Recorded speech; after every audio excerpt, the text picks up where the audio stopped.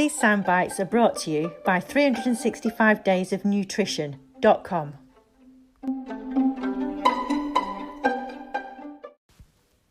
I did a great podcast with Alison Smyth, who happens to be my oldest friend. She is 153. Brumch. The old joke's always being the best. But we have been friends for 52 years, and we've both been through some colossal changes in that time, and nothing more than you would expect if you've known someone from being 3 years old.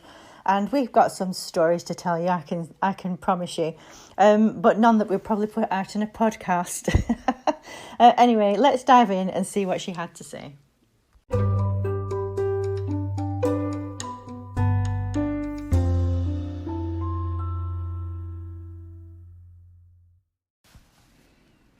So today, I'm very pleased to say, I'm sat in my lovely friend Alison's kitchen in a glorious sunny day and in the conservatory, so we're bathed in sunshine. And I wanted to chat to Alison in particular about how 365 Days of Nutrition has underpinned her journey through a massive weight loss situation that we've had, and I couldn't be more delighted for Alison. So welcome, Alison, to 365 Podcast. Good afternoon. Yes. As you say, it's a lovely sunny day. It is a lovely sunny day. So Alison, you've been losing weight through a slimming club and also signed up to 365 Days of Nutrition.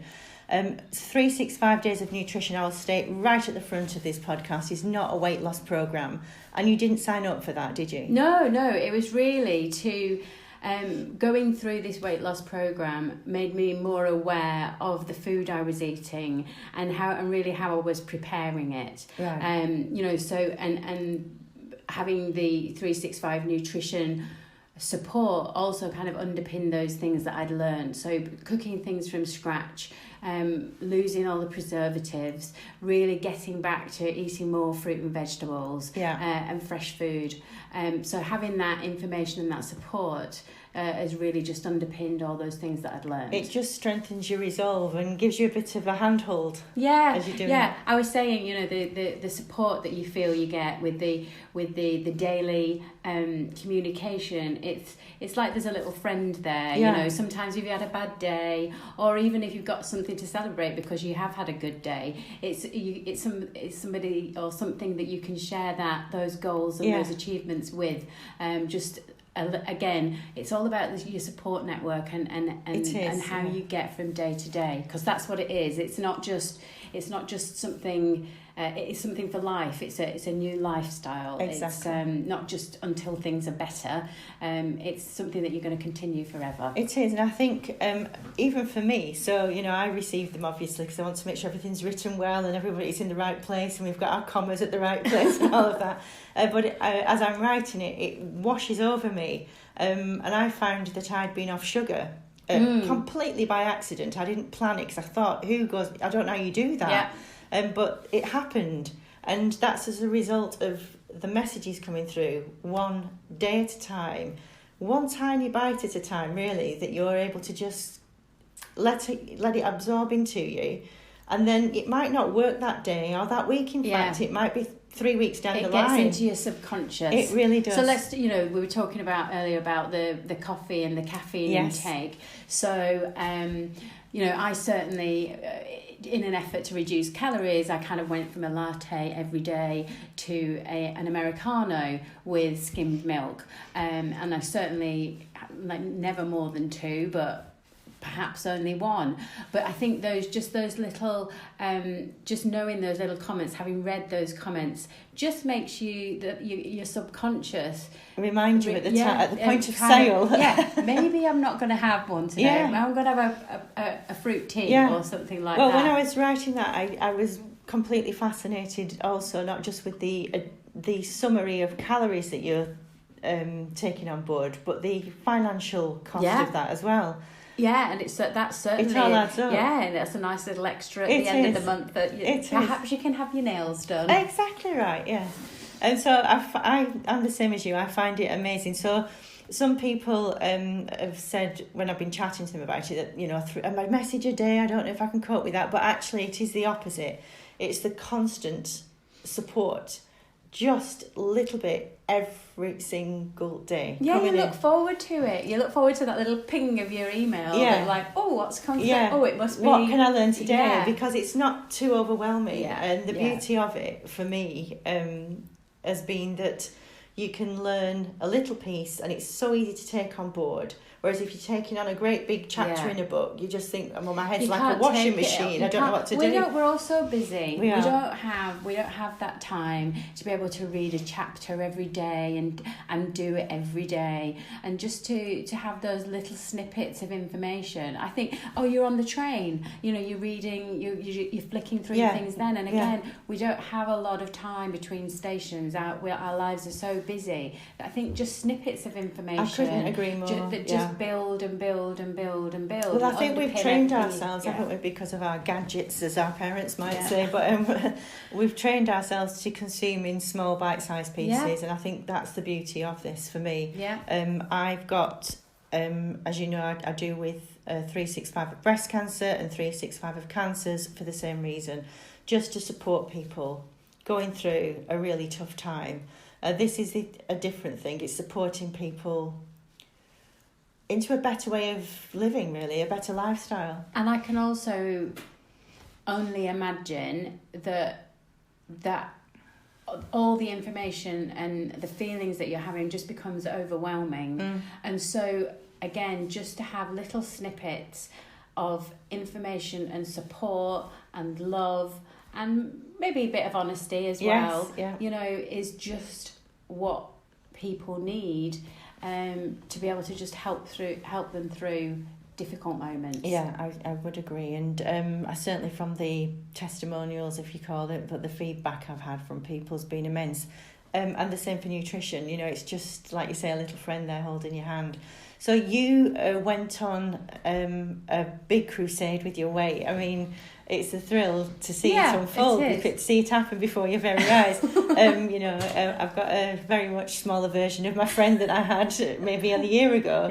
You were still as lovely back then, but it's great to see this whole new thing emerging for you. I feel like I've kind of got my old self back in a way, and weight had crept on over the as years, it does, do we know why? I don't know why. But I kind of got to the stage when I felt, oh dear, I'm in a bit of a pickle here. And, I was in the midst of the menopause. I'd also been diagnosed with underactive thyroid, where you just feel like I can't do this. It's too big a mountain to climb. And so I'm not going to do... it's not that I'm not going to. I can't actually do it. And so these are the beliefs that we hold on ourselves. I always just say it's like cladding a house. You're just slapping these beliefs on you. Yeah, and it's beliefs you've chosen. It's not somebody that's given it to you. You have chosen to take that on. And I believe that, and therefore I don't have to do anything about it. That's exactly right. And so that's how I feel better about it. Your mind's a little sod at times because it really tricks you. You came through my cancer diagnosis with me, which, forever, don't get me started because I end up in tears, but we're super grateful for that. But the truth of the matter is, what I learned is if you don't take your mind down the right road, your body certainly cannot, just can't follow. It can't be there with you. It's fighting against you.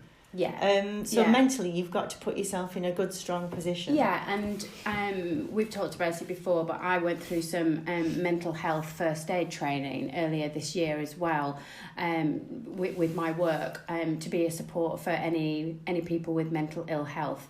We all have mental health, and some is better than others, and the first thing I learned there was about looking after my own mental health, to make sure that I don't become one of the statistics of people that do need looking after. So it wasn't something I thought about before, but now, I don't feel guilty about putting myself first. No. And perhaps that was all part of it, because it was around about that time when I decided that I wanted to lose the weight, put myself first, and and I've become a happier person because of it. Yeah, and putting yourself in a healthier position. Yeah, it's always a good thing, especially sat next to your diagnosed friend on the sofa and all the nonsense that went on around that. It's kind of a bit of an eye opener as well. And I don't think I was particularly unhealthy before, but I can recognise now, getting 365 through every day, that there are tweaks. I mean, one of my favourites in 365 is eating a rainbow. Yes. I mean, that just completely got my imagination. And I was laughing with you that I have to eat the rainbow in order. Well, to start with, I have to eat it in order. So I've got to start off with a red food.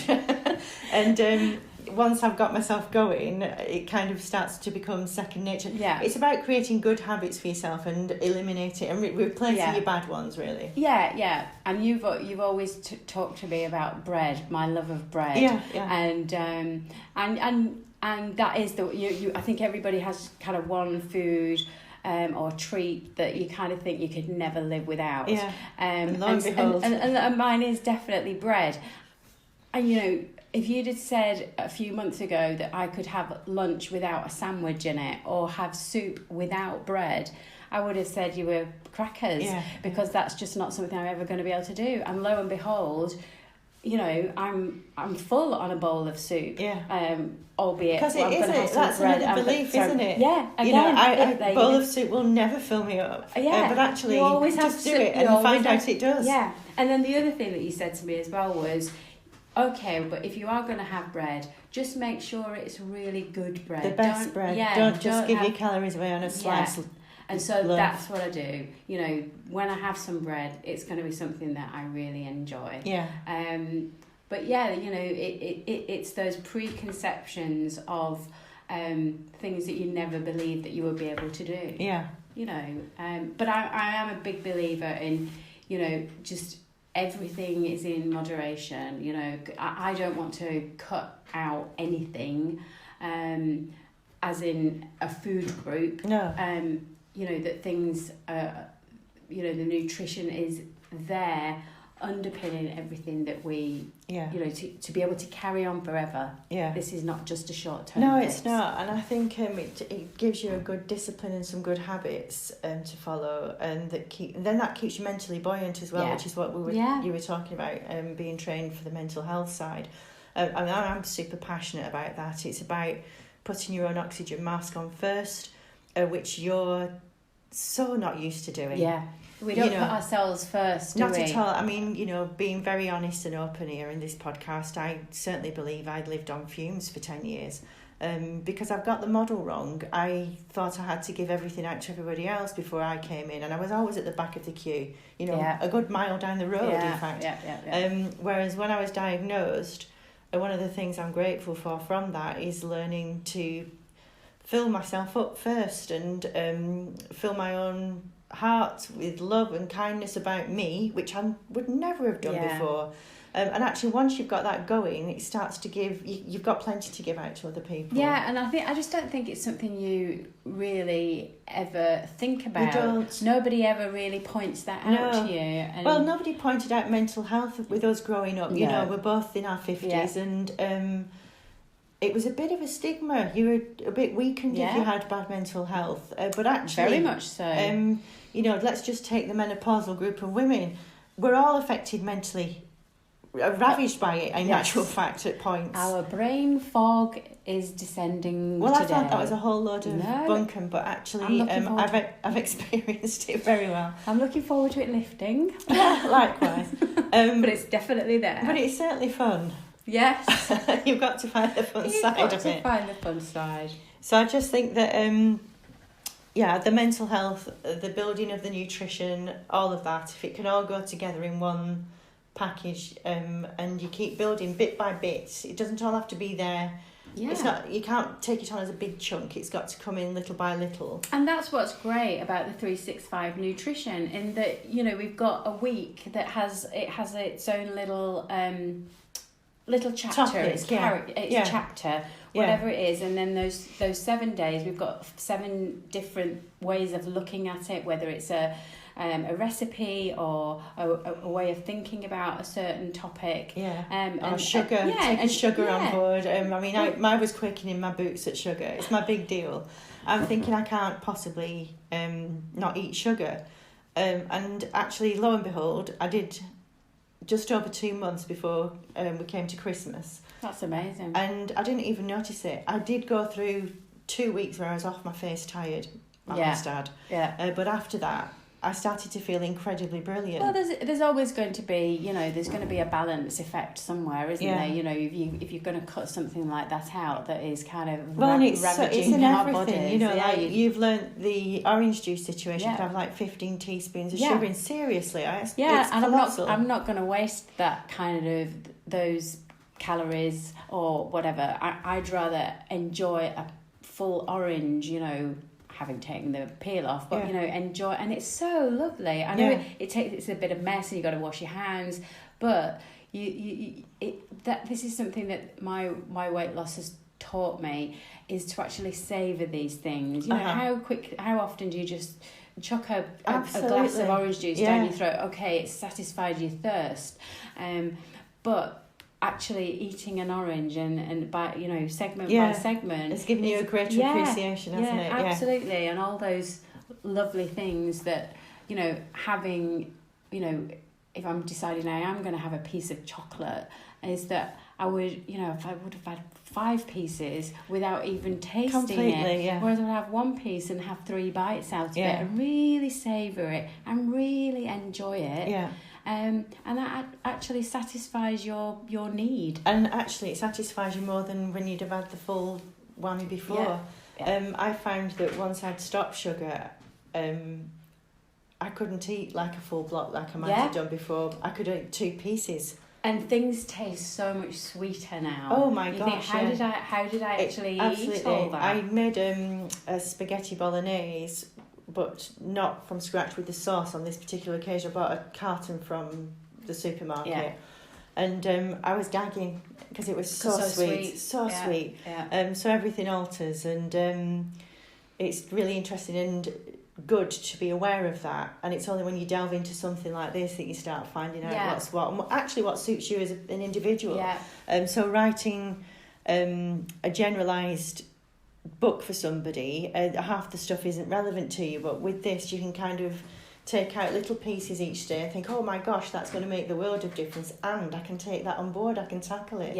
And that's because it is bite-sized pieces. I think sometimes if you do get a book, it just feels overwhelming the amount of changes that you need to make in one go. So for you, with your weight loss, I keep saying it's not about weight loss, but interestingly, I lost quite a lot of weight through the coming off the sugar, and you didn't sign up for this for that purpose, did you? No, not but it's at all. helped along with your weight loss. That's the thing. I think it's just the weight loss has made me very aware of what I'm eating and how I'm preparing it, and so the nutrition side of it has just supported those new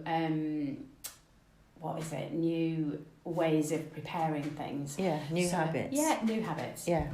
And so that's been a real bonus that it's a big thing that you kind of, if you're making these changes. But as you make them, you don't have to do like a whole week of newly made when you're not used to doing it. But if you do one day and realise the benefits of that and the different taste and how it makes you feel and all of that, that encourages you to do it a couple of days on, and then eventually you're stringing weeks together where you do it. And it's like we're saying, it's like to begin with, everything feels like it's a mountain that's too big to climb. It's a mental mountain, isn't it? Those small goals that and it really is just getting from one day to the next. It is. And if you've achieved that, well done. Let's move on to the next one. If you haven't achieved it, it's like, don't beat yourself up about it. Absolutely. Get back on it. Yeah, and just try and do the one the following day. Or none of us are perfect. No, and we've got massive lives. Exactly. They come at you at great speed. So don't beat yourself up about it when one day doesn't go right. I think that's right. And I was very good at beating myself up about things. I just don't do that anymore. I've just cut that out completely. Oh, hello. So I think, it all builds to a better space, a better mental space, a better healthy space, better habits, and a more easy lifestyle, because you just get into the swing. It's not as difficult as you think once you've got going. Yeah, I also think, now that we are allowing ourselves to be first, that also helps us. It puts us in a happier space. I know I don't get so wound up about things anymore.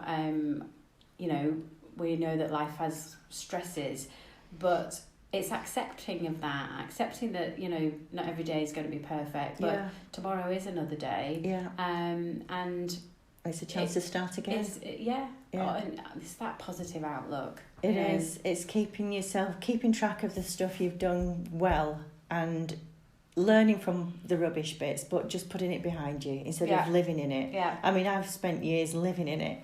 And then actually the interesting thing with what we were saying earlier about your mind takes you, once you've gone down into that hole, you pick for the wrong stuff. The drinking goes up, the coffee intake goes up, the sugar intake goes up. Yeah. When you're in a good space, and I mean, people used to say to me all the time, you are going to fight this cancer, aren't you? No, I'm not. My body will do that and I'll work with it. It knows what to do.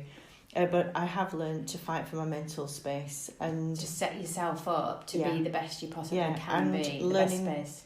To eat better has been a big part of that. Like I say, I don't think I was a disaster before, but there's lots of things that I'm doing much better now, and I'm grateful for that. Yeah, and I think things like for me, being prepared, definitely in the weight loss kind of situation, is being prepared. Being organised, planning. Yeah. Planning has been important.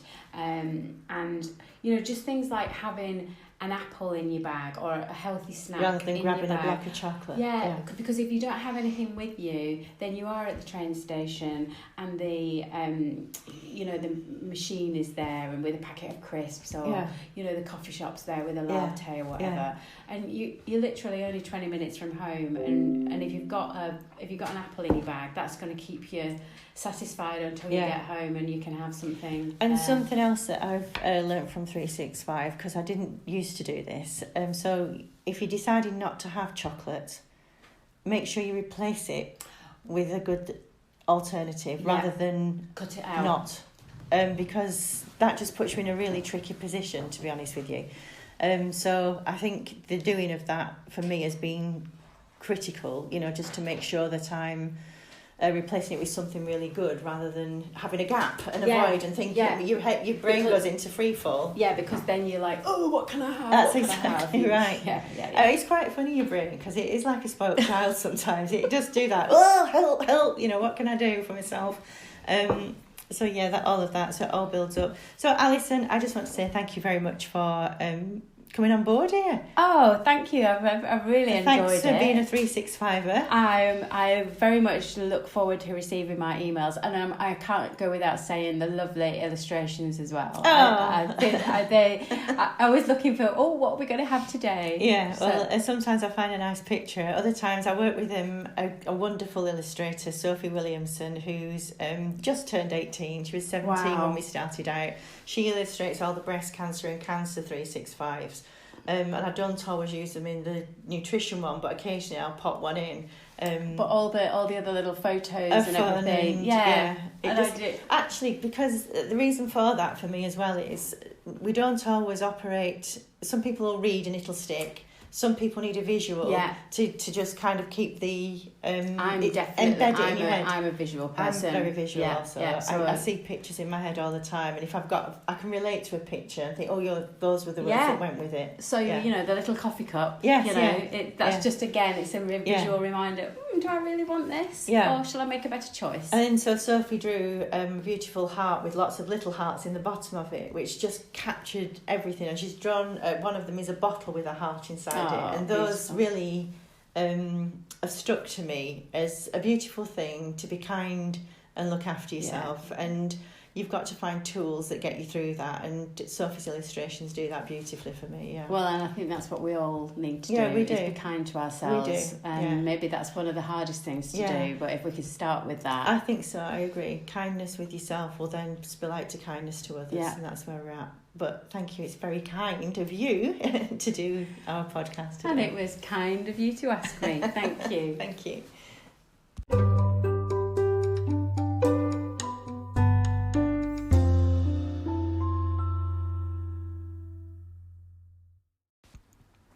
Interesting how we all approach things differently. Alison choosing to alter her latte order to an Americano and having one a day rather than two a day.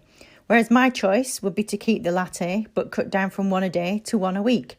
mainly because coffee makes me jangle at the best of times anyway. The key here really being to find a way that suits you. The encouragement being in reducing your caffeine intake in whatever way you can.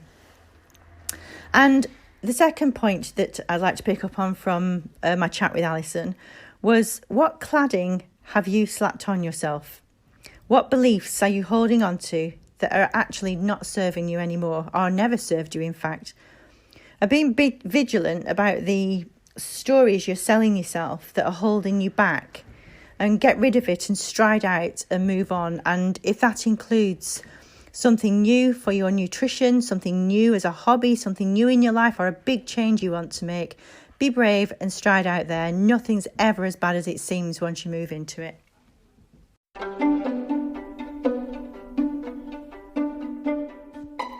If you like this soundbite from 365daysofnutrition.com, comment on it, like it, or share it.